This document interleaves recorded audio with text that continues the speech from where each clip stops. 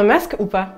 C'est une des questions que vous vous posez sûrement depuis que des malades atteints du coronavirus chinois ont été détectés en France. Bon, on compte les personnes contaminées sur les doigts d'une main, la dangerosité du virus n'est pas établie, et pourtant il semble que des pharmacies ont été dévalisées de leurs masques chirurgicaux. Est-ce bien raisonnable? Déjà, comment se transmet le virus? Comme une grippe, ce coronavirus nommé 2019 nCoV se transmet par les voies respiratoires, donc éternuement, toux, et par les postillons. Il y a ceux qui penchent pour le port du masque. L'OMS recommande de se couvrir le nez et la bouche pour éviter les risques de transmission. Le ministère des Affaires étrangères, lui, invite les personnes ayant voyagé en Asie à porter le masque en cas de symptômes respiratoires. Donc en gros, le masque est recommandé pour éviter de transmettre la maladie. Mais selon certains spécialistes, le masque joue son rôle de barrière, mais il n'est pas efficace à 100%. Bah oui, en fait, le masque il est trop lâche et il laisse des espaces entre la bouche et le nez, du coup l'air inspiré et expiré n'est pas totalement filtré. Il y a aussi des professionnels de santé qui pensent que le masque n'a pas un grand intérêt. Le masque peut être contre-productif pour les personnes en bonne santé. Si par exemple quelqu'un glisse ses doigts sous son masque pour se frotter le nez,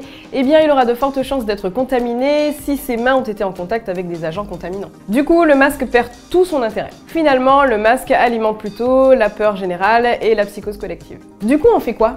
Le mieux pour se protéger est de se comporter comme en période de grippe ou de rhume. Donc bien se laver les mains plusieurs fois par jour avec du savon ou du gel hydroalcoolique, utiliser des mouchoirs à usage unique et éternuer et tousser dans son pli de coude. Et si vraiment on souhaite porter un masque, il faut le faire correctement. Donc le changer régulièrement et le jeter proprement dans un sac hermétique. Ah, et si on pense être malade, les médecins recommandent de ne pas se rendre aux urgences ni chez un généraliste, il faut plutôt appeler le 15 et suivre les directives. Un masque ou pas?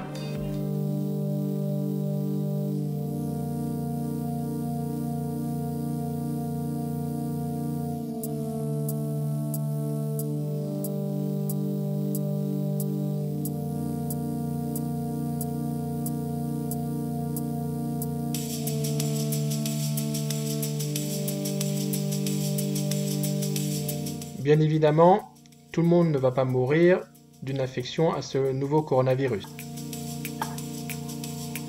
Lorsque les symptômes débutent, ils peuvent être de deux types, soit des signes respiratoires, donc de la toux, des difficultés, s'il y a une infection pulmonaire, à respirer, soit digestifs, à type de gastro-entérite. Il y a une phase d'incubation qui n'est pas symptomatique, qui dure entre 4 et 7 jours.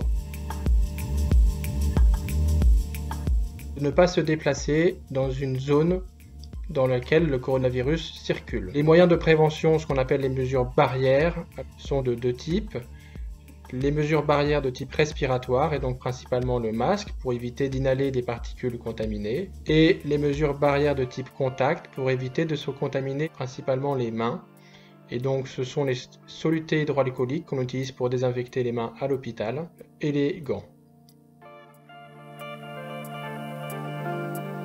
N'importe quelle personne exposée à un patient malade peut en théorie attraper le coronavirus. Néanmoins, les personnes les plus vulnérables sont, comme toujours, les personnes les plus fragiles, les âges extrêmes, les maladies perturbant le système immunitaire ou encore les maladies atteignant déjà les voies respiratoires et les poumons.